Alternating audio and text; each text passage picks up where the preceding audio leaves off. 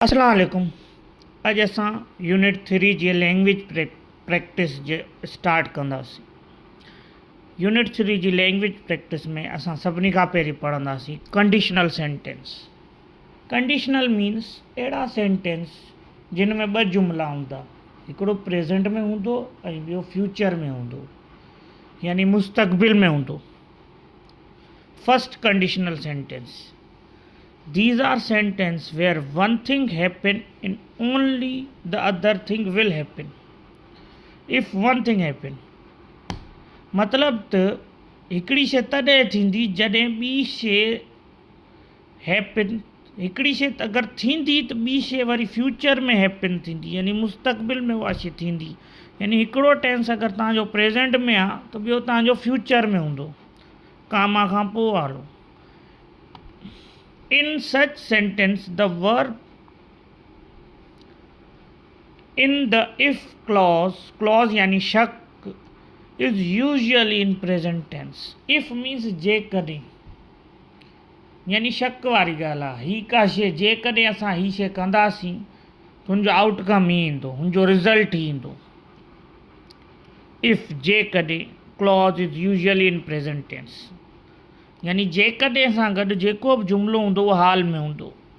The verb in the result clause has a modal will, यानी जेको result class हूंदो उहो फ्यूचर में हूंदो, जंहिंसां गॾु छा लॻंदो, विल लॻंदो। A comma is used between after the if class, यानी हिकिड़े जुमिले खां पोइ जेको ॿियो जुमिलो हुन सां ॻंढिजे थो, यानी इफ वारे जुमिले सां जेको रिज़ल्ट क्लॉज गॾिजे थो त ॿिन्ही जे विच में छा ईंदो, कॉमा ईंदो। हाणे इहो वर्क कीअं कंदो आहे, इहो पहिरें एक्सरसाइज़ में कुझु क्लॉज ॾिनल आहिनि, इफ क्लॉज ऐं रिज़ल्ट क्लॉज। तव्हांखे इहे मैच करणा आहिनि, जुमिला ठाहिणा आहिनि। इहो ईअं वर्क कंदो। हाणे इन जो वर्क कीअं आहे, हाणे पहिरीं एक्सरसाइज़ में चए थो the following table has conditional sentence. First conditional sentence, table में फर्स्ट कंडीशनल सेंटेंस आहे match the if clause with their result clause and write the answer in the answer clause या result clause। answer clause means तव्हां पंहिंजी fair copy में answer clause में लिखी छॾियो, answer वारे कॉलम में, sorry. The first one has been done an example. First one जो मिलियल आहे, पहिरें जो छा आहे, सी आहे। इफ़ यू वर्क हार्ड त सी में अचो, U will get good grades. जेकॾहिं तूं महिनत करीं थो घणी त तुंहिंजूं मार्कूं भलियूं ईंदियूं। हाणे हिकिड़ी कंडीशन आहे हिन में, कंडीशन छा आहे, जेकॾहिं महिनत कंदे तॾहिं मार्कूं घणियूं ईंदियूं, फ्यूचर में ईंदियूं। अगरि महिनत हींअर कंदे, यानी हाल में महिनत कंदे, फ्यूचर में छा थींदो, तुंहिंजूं मार्कूं वधीक ईंदियूं, यानी अॻिते हली तुंहिंजूं मार्कूं छा ईंदियूं, सुठियूं ईंदियूं। मतिलबु जेकॾहिं उहो कमु कंदे, इफ़ मीन्स जेकॾहिं, त ॿिन्ही जे विच में कॉमा ॾेई हिन खे अलॻि लिखिणो आहे, या ईअं ई लिखी कापी में मैच करे छॾिणो आहे। रिज़ल्ट आंसर में पहिरें जो छा आहे, सी आहे। ॿिए जो मां लिखियो आहे, एच। अचो ॿियो छा आहे, इफ़ इट रेन्स, अगरि मींहुं वसे थो या जेकॾहिं मींहुं वसे थो। ॿिए जो एच आहे। एच में अचो, I will stay at home, त मां पंहिंजे घर जे अंदरि रहंदुसि, ॿाहिरि न निकिरंदुसि। इहो ॿिए जो थी वियो। जेकॾहिं मींहुं वसे थो त मां पंहिंजे घर में रहंदुसि, ॿाहिरि कोन निकिरंदुसि, फ्यूचर जी ॻाल्हि करे थो। इफ़ फादर्स अलोज़ मी, जेकॾहिं मुंहिंजो पीउ मूंखे इजाज़त ॾींदो। इन जो छा आहे, एफ अथव। अचो एफ ते, I will go with U, मां तोसां गॾु पोइ वेंदुसि, यानी मूंखे मुंहिंजो पीउ इजाज़त ॾींदो, पोइ मां तोसां गॾु वेंदुसि, I will go with U. चौथों छा आहे, if he helps Abdul, if he helps Abdul, चौथे जो आहे ए। आंसर में छा आहे, ए आहे। ए में अचो, he will not have any problem, त अब्दुल खे को बि मसइलो न थींदो। अगरि तूं अब्दुल जी मदद करीं थो त अब्दुल खे को बि मसइलो न थींदो। इफ़ अम्मा मेक्स द हलवा, जेकॾहिं अमड़ माओ पकाए थी या हलवो पकाए थी। पंजे जो छा आहे, जी आहे। जी में अचो, V will enjoy eating in, त असांखे ॾाढो मज़ो ईंदो उन खे खाइण में। अॻिते छा आहे, छहों, इफ़ सलमा सिंग्स वेल, अगरि सलमा ॾाढो सुठो ॻाए थी। छहें जो,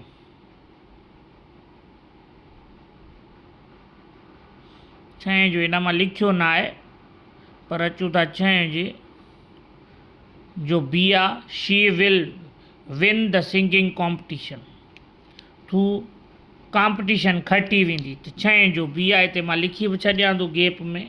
6 जो छा आहे, बी आहे। Then she will win the singing competition, हू ॻाइण वारो कॉम्पिटिशन खटे वेंदी। हाणे अचूं था 7 ते, if I feed the dog, अगरि मां कुते खे खाधो ॾियां थो।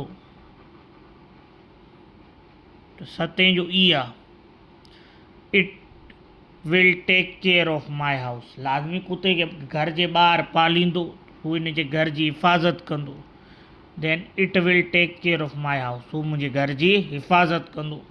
8 ते अचूं था, if she treat the children nicely, 8 जो छा आहे, 8 जो डी आहे। डी में अचो, if she treat the children nicely, D में अचूं, they will always listen to her, पोइ हुनखे हमेशह हुनखे छा कंदा, ॿुधंदा। ठीकु आहे बाबा, इहा थी वई तव्हांजी पहिरीं एक्सरसाइज़ लैंग्वेज प्रैक्टिस जी फर्स्ट कंडीशनल सेंटेंस ते, जंहिंमें इफ़ क्लॉज ऐं रिज़ल्ट क्लॉज कामा ॾेई तव्हांखे गॾु लिखणा हूंदा आहिनि। यानी इफ़ यू वर्क हार्ड, पहिरें जी एग्ज़ाम्पल वठो, then you will get good grades, मतिलबु हिकिड़ो कमु अगरि तूं कंदे त उन जो रिज़ल्ट वरी तोखे फ्यूचर में मिलंदो। जीअं चए थो न, if it's rain then I will stay at home, मां घर में ई वेहंदुसि, मतिलबु इन जो बि रिज़ल्ट अगरि मींहुं अचे थो, यानी इन में बि कंडीशन आहे। हीअ कंडीशन थिए थी त पोइ हू कमु थींदो। जीअं पढ़ंदो त मार्कूं सुठियूं ईंदियूं, न पढ़ंदो त न ईंदसि। ईअं ई इहे हूंदा आहिनि कंडीशनल सेंटेंस। हाणे अचूं था अॻी एक्सरसाइज़ ते, एक्सरसाइज़ नंबर 2 ते। Exercise number 2, work with the partner, complete the following conditional sentence, remember use comma, if clause मिलियल आहे, right complete sentence in your notebook. If clause मिलियल आहे, रिज़ल्ट क्लॉज लिखिणो आहे कामा खां पोइ वारो, सिंपल आहे, पाण ठाहे लिखो। हाणे हू चए थो पाण ठाहे लिखो, ग्रुप ठाहे पाण ठाहे लिखो, त मां ही कुझु हिननि जा लिखी छॾिया आहिनि, मां तव्हांखे ॾेखारे थो छॾियां। इफ़ अलीना वर्क्स फास्ट, पहिरें जो इफ़ क्लॉज मिलियल आहे, रिज़ल्ट क्लॉज लिखिणो आहे। इन जो मां ॾिनो छा लिखियो आहे, शी विल गो अर्ली, तूं तकिड़ो घर हली वेंदी। She will go home early करे छॾियोसि, अर्ली होम करे छॾियोसि, हू जल्दी घर हली वेंदी। ठीकु आहे, पहिरें जो रिज़ल्ट छा आहे, इफ़ अलीना वर्क्स फास्ट, इफ़ अलीना works fast, she will go early home, हू तकड़ी घर हली वेंदी। ॿियो छा आहे, इफ़ सलीम्स राइट नीटली, अगरि सलीम सफ़ाई सां लिखे थो, he will get good marks, हुनखे सुठियूं मार्कूं मिली वेंदियूं। टियों छा आहे, इफ़ द वेदर बिकम सनी, अगरि मौसम छा थो थी वञे, सिज वारो थो थी वञे, जंहिंमें धुप घणी हुजे, त पोइ छा थींदो, then it will a hot day, त ॾींहुं ॾाढो गरम थी वेंदो। If father comes home early, अगरि पीउ जल्दी घर अची थो वञे, टिनी जो रिज़ल्ट क्लॉज आहे इहो काउं। चोथों आहे, देन V will eat meal together, कामा ॾेई, V will eat meal together, असां गॾु खाधो खाईंदासीं। हाणे अॻियो छा आहे, if my works finish before 5 o'clock, अगरि मुंहिंजो कमु ख़तमु थी थो वञे 5 बजे खां पहिरीं,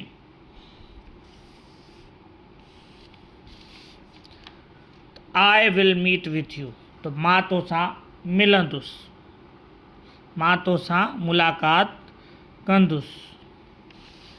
6 if the train leaves on time, अगरि रेलगाॾी टाइम ते निकिरे थी, अगरि रेलगाॾी टाइम ते निकिरे थी त लाज़मी जल्दी पुॼाईंदी। इन जो इहो ई थींदो, we will reach at 10 PM, असां 10 बजे पुॼी वेंदासीं। We will reach at 10 PM। 7 if we helps other, जेकॾहिं असां कंहिं ॿियनि जी मदद कयूं था, इन जो छा आहे, पीपल विल नॉट सफ़र, त माण्हुनि खे तकलीफ़ न ईंदी। न, इन जो थींदो दे विल फील हैप्पी। 7 जो इहो बि लिखी सघूं था, हेठियों बि लिखी सघूं था, पर हेठियों मां 8 लाइ लिखियो आहे, दे विल फील हैप्पी, त उहे ॾाढा ख़ुशि थींदा। 8 छा आहे, if the minister do their works, अगरि हुकुमरान पंहिंजो कमु कंदा त इन जो छा थींदो, पीपल विल नॉट सफ़र, त माण्हू सर्वाइव न कंदा, तकलीफ़ में न ईंदा अगरि हुकुमरान पंहिंजो कमु कंदा। त इहे 8 तव्हांजा टोटल जुमिला हुया इफ़ क्लॉज़ जा, ऐं 8 मां छा कया, रिज़ल्ट इन जा क्लॉज़ तव्हांखे लिखाए छॾिया। इहे तव्हां फेयर कम में करे सघो था। हाणे अॻी एक्सरसाइज़ ते अचूं था।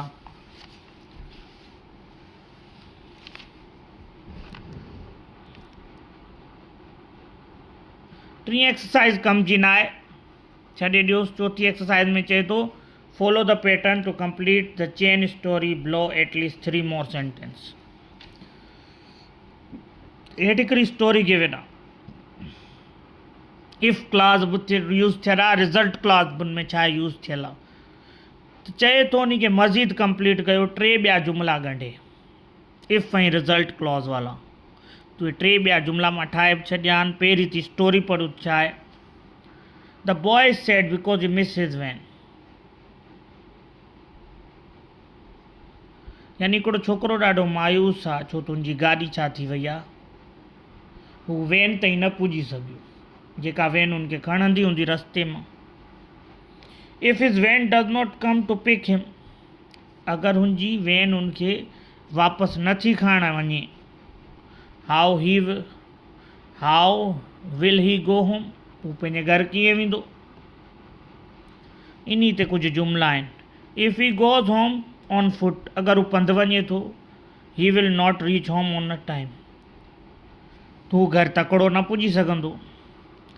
If he does not reach on time, अगरि हू टाइम ते नथो पुॼे, हिज पेरेंट्स विल गेट वरीड, हुनजा माउ पीउ परेशान थींदा। इफ़ हिज parents get worried, they will, हाणे दे विल खां अॻिते लिखिणो आहे, दे विल, इते जाइ न आहे 3 जुमिलनि जी, मां अॻिते लिखियो आहे। अगरि हुनजा पेरेंट्स वरीड था थियनि, exercise 4 unit 3 language practice, they will call हिम, हू हुन ॾे छा कंदा, कॉल कंदा लाज़मी। इफ़ दे कॉल हिम, ऐं अगरि हू कॉल कंदा, they will ask for getting late,